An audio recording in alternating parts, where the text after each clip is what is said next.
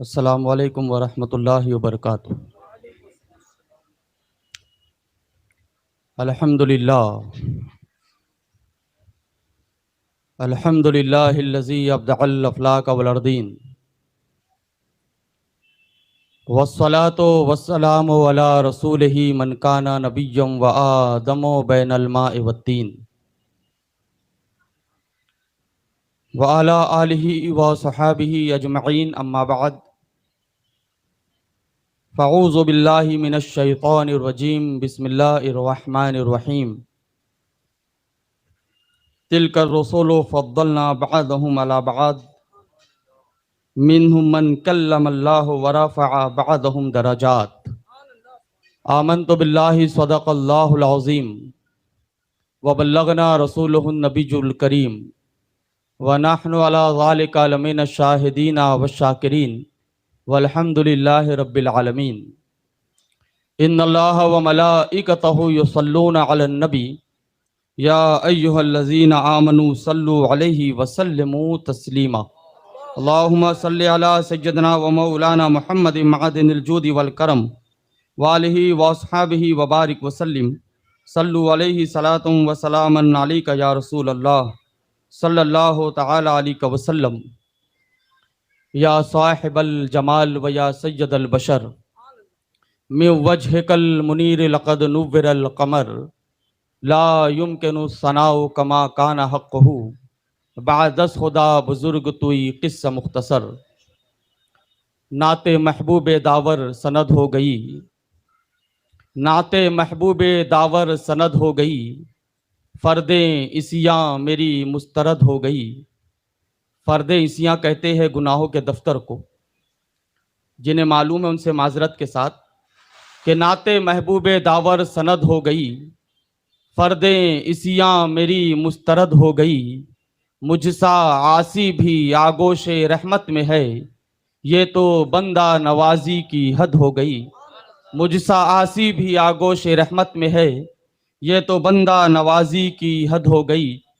اور امام عاشقاں، امام اہل سنت، مجدد اعظم سیدنا امام احمد رضا محدث بریلوی علیہ الرحمتوں و رضوان فرماتے ہیں، رخ دن ہے یا مہر سما، یہ بھی نہیں وہ بھی نہیں۔ رخ دن ہے یا مہر سما، یہ بھی نہیں وہ بھی نہیں۔ شف زلف یا مشک خطا، یہ بھی نہیں وہ بھی نہیں۔ ممکن میں یہ قدرت کہاں، ممکن میں یہ قدرت کہاں، واجب میں ابدیت کہاں۔ حیراں ہوں ہے یہ بھی خطا کہ یہ بھی نہیں وہ بھی نہیں۔ اور خورشید تھا کس زور پر، خورشید تھا کس زور پر، کیا بڑھ کے چمکا تھا قمر۔ اور بے پردہ جب وہ رخ ہوا تو یہ بھی نہیں وہ بھی نہیں۔ اور دن لوح میں کھونا تجھے، شب نیند بھر سونا تجھے۔ دن لوح میں کھونا تجھے، شب نیند بھر سونا تجھے۔ شرم نبی خوف خدا، یہ بھی نہیں وہ بھی نہیں۔ اور رزق خدا خایا کیا، رزق خدا خایا کیا، فرمان حق ٹالا کیا۔ شکر کرم ترس سزا، یہ بھی نہیں وہ بھی نہیں۔ ہے بلبل رنگی رضا، یا توت یہ نغمہ سرا۔ حق یہ کہ واصف ہے تیرا، یہ بھی نہیں وہ بھی نہیں۔ حضرات، ہماری خوش نصیبی ہے کہ آج ہم اور آپ ذکر شہدائے کربلا کی بابرکت محفل میں شرکت کی سعادت حاصل کر رہے ہیں۔ 6 روزہ مجالس کا یہ دوسرا دن ہے، اور ہماری خوش نصیبی ہے کہ آج ہمارے اس باوقار منبر رسول پر استاذ الحفاظ، استاذ گرامی وقار حضرت حافظ و قاری شبیر احمد نوری صاحب قبلہ امام مسجد اولیاء تشریف رکھتے ہیں، اور بھی حفاظ کرام اور علماء اہل سنت اس باوقار منبر رسول پر تشریف فرما ہے۔ اور آج ہماری مزید خوش نصیبی ہے کہ اولیاء مسجد کے صدر جناب حاجی سید شاہد علی برکاتی صاحب قبلہ بھی موجود ہیں، عوام اہل سنت یہاں موجود ہیں، ہم اور آپ سب قابل مبارکباد ہیں کہ ہم اور آپ ذکر رسول، ذکر اہل بیت کی محفل میں شرکت کی سعادت حاصل کر رہے ہیں۔ آج کا جو موضوع ہے مقام رسالت مآب صلی اللہ علیہ وسلم، انشاءاللہ کوشش کروں گا کہ میں اس موضوع پر گفتگو کر سکوں اللہ کی توفیق سے۔ یہ جو موضوع ہے کہ ہم اپنے آقا، اپنے مولا نبی کائنات صلی اللہ علیہ وسلم کے مقام کو پہچانیں کہ آپ کا مقام اور آپ کی عظمت، آپ کی رفعت اور آپ کی فضیلت کیا ہے، کیونکہ آج ہماری امت کی اکثریت دنیا کے شب و روز میں الجھ کر وہ دین سے دور ہو رہی ہے، اور اللہ کے محبوب علیہ الصلاۃ والسلام سے ہمیں جیسی محبت کرنے کا حق تھا، ہم نے وہ محبت کرنے کا حق ادا نہ کیا۔ ہمیں محبت کرنی تھی اللہ کے رسول صلی اللہ علیہ وسلم سے، ہمیں تذکرہ کرنا تھا اپنے پیارے محبوب کا، ہمیں اپنی زندگی میں اپنے پیارے آقا علیہ الصلاۃ والسلام کی سیرت کو ڈھالنے کی ضرورت تھی۔ لیکن افسوس، صد افسوس کہ ہمارے نوجوانوں نے گانوں سے محبت کی، ہمارے نوجوانوں نے کرکٹروں سے محبت کی، ہمارے نوجوانوں نے فلمی اداکاروں سے محبت کی، ہمارے نوجوانوں نے نامحرموں سے محبت کی۔ بس محبت نہ کی تو اس ذات سے نہ کی کہ جن کی محبت دنیا اور آخرت میں کامیابی کی ضمانت ہے۔ قرآن مجید کی بڑی مشہور و معروف آیہ کریمہ کی میں نے تلاوت کا شرف حاصل کیا ہے۔ میں چاہوں گا کہ آپ بڑے توجہ کے ساتھ اس گفتگو کو سماعت کریں۔ اگر آپ پر موسم کا اثر نہیں ہوا ہے اور آپ اگر واقعی اپنے محبوب علیہ الصلاۃ والسلام کی شان سننے کے لیے تشریف لائے ہیں تو اپنے موجود ہونے کا ایک بار ثبوت دے دیں۔ اگر آپ موجود ہیں تو اپنی حاضری درج کرا لے، ایک بار سبحان اللہ بول دیں، تاکہ مزید سننے سنانے کا مزاج بنے، ایک ماحول بنے۔ اور پھر ہمارا تو یہ یقین ہے اور کامل یقین ہے کہ کوئی ہماری گفتگو سنے نہ سنے، وہ ذات ہماری گفتگو ضرور سنے گی جن کے لیے ہم نے اس محفل کو سجایا ہے۔ گنبد خضرا سے ہمارے آقا صلی اللہ علیہ وسلم نہ صرف ہمیں دیکھ رہے ہیں بلکہ ہماری گفتگو کو بھی سماعت کر رہے ہیں۔ اللہ رب العزت نے قرآن مجید میں ارشاد فرمایا کہ یہ وہ رسول ہیں کہ جن کو ہم نے بعض پر فضیلت دی۔ کسی سے اللہ نے کلام کیا اور کسی کو اللہ نے درجوں بلند کیا۔ یہ اس آیت کریمہ کا مفہوم اور ترجمہ میں نے عرض کیا جسے خطبے کے بعد میں نے تلاوت کا شرف حاصل کیا تھا۔ دیکھیں، اگر میں یہ کہوں کہ اس مجمع میں کچھ لوگ ایسے موجود ہیں کہ جنہیں ایک دوسرے پر فضیلت حاصل ہے تو میں سمجھتا ہوں اسے ماننے میں کسی کو انکار نہیں ہوگا کہ یقیناً یہاں پر ایسے لوگ موجود ہیں کہ جو ایک دوسرے پر فضیلت رکھتے ہیں۔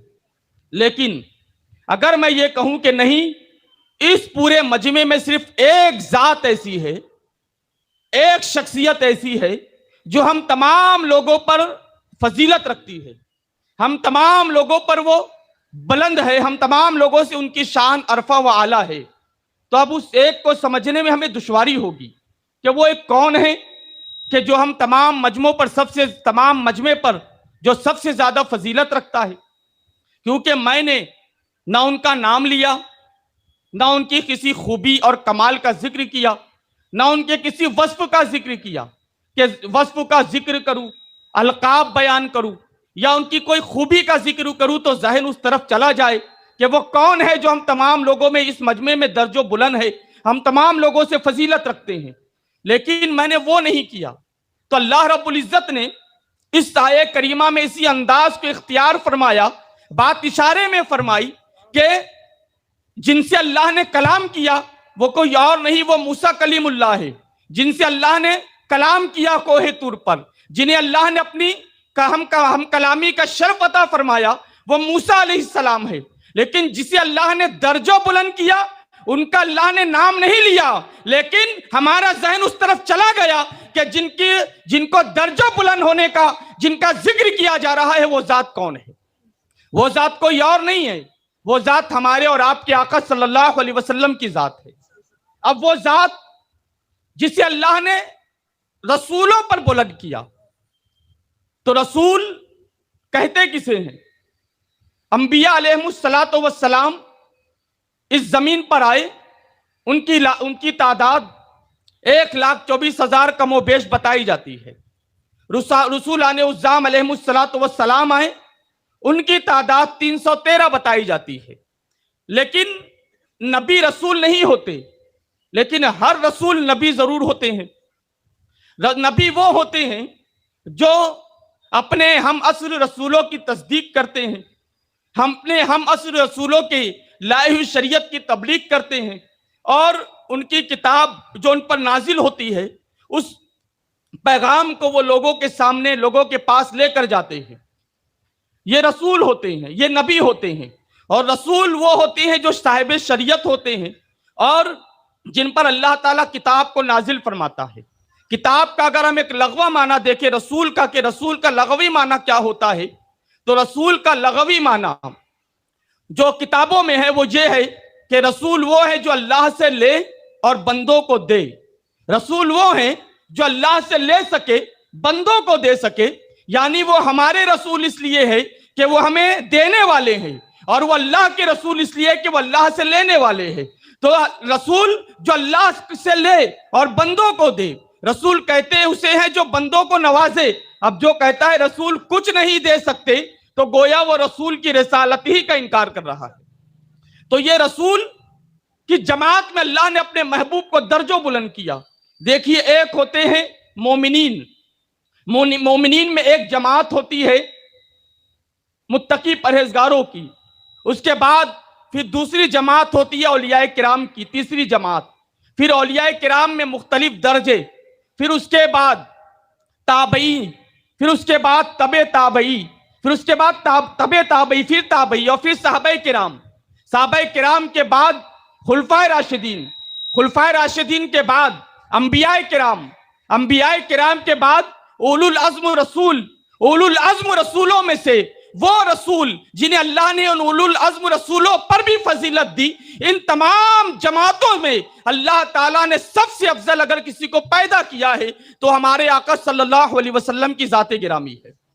اگر آپ نے اسے سمجھ لیا تو اب آئیے ذرا غور کریں کہ اللہ تعالیٰ نے پچھلے انبیاء کو جو فضیلتیں عطا فرمائی، پچھلے انبیاء کرام علیہ السلام کو جو شان عطا فرمائی، تو کسی نبی کو ایک معجزہ ملا، کسی نبی کو 2 معجزہ ملا، کسی نبی کو 3 معجزہ ملا۔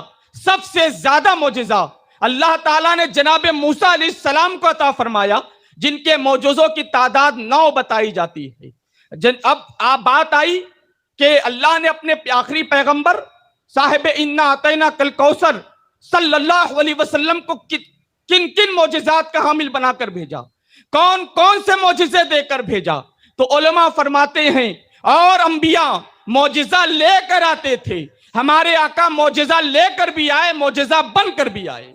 یہ چلے تو معجزہ، یہ بیٹھے تو معجزہ، یہ کھڑے ہو تو معجزہ، یہ گفتگو فرمائے تو معجزہ۔ میرے آقا صلی اللہ علیہ وسلم نے آج سے 1400 سال پہلے جو کچھ فرما دیا ہے اپنی زبان مبارک سے، آج کے بڑے بڑے سائنسداں ہمارے آقا کی بات کی تصدیق کر رہے ہیں۔ ہمارے آقا کے گفتگو کے راستے ہی کے مطابق وہ نئی نئی ایجادات کر رہے ہیں، یہ الگ موضوع ہے۔ ورنہ میں بتاتا کہ حدیث پاک کی روشنی میں سائنسدانوں نے آج کیا کیا چیزیں ایجاد کی ہے، تو میرے آقا صلی اللہ علیہ وسلم معجزہ بن کر آئے، اور کتنے معجزے لے کر آئے تو اس کی کوئی تعداد متعین نہیں ہے۔ بس یہ سمجھ لے کہ قرآن معظم، قرآن شریف، یہ اللہ رب العزت نے اپنے محبوب صلی اللہ علیہ وسلم پر نازل فرمایا، تو یہ قرآن مجید اس کا لفظ لفظ معجزہ ہے۔